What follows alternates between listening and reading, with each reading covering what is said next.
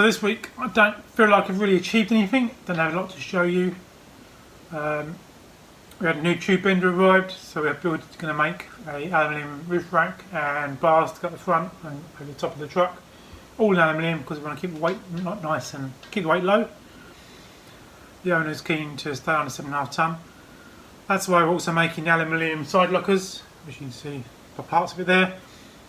And with all this aluminium, I need to learn how to weld aluminium. So I bought an AC welder, and I've been doing some weld practice. Still got quite a way to go with that, but I'm determined to become an expert aluminium welder.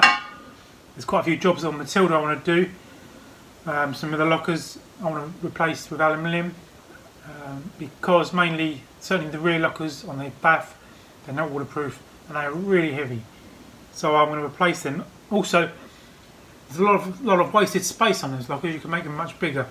So I will be, once I've mastered the aluminium welding, I'm going to be making some nice new lockers for Matilda.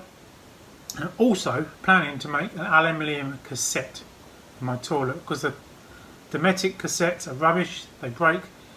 I'm going to make an aluminium one so it will never break again, and that'll be a good way to learn, improve my welding, I think. So not a lot has happened, but me and Savinch took a day off. We're in Cambridge by the river, enjoying, which isn't too far from where we are. Had a nice day out. Gary and Tina came to visit with their dog Ruby. We had a nice barbecue and a barbecue and campfire. Sat under the stars. And that's about it really. Don't have a lot to say. I don't know where the week's gone. The time just flies by. Hopefully next week we'll have a more productive week and I can actually say I made this. So, not a lot happened.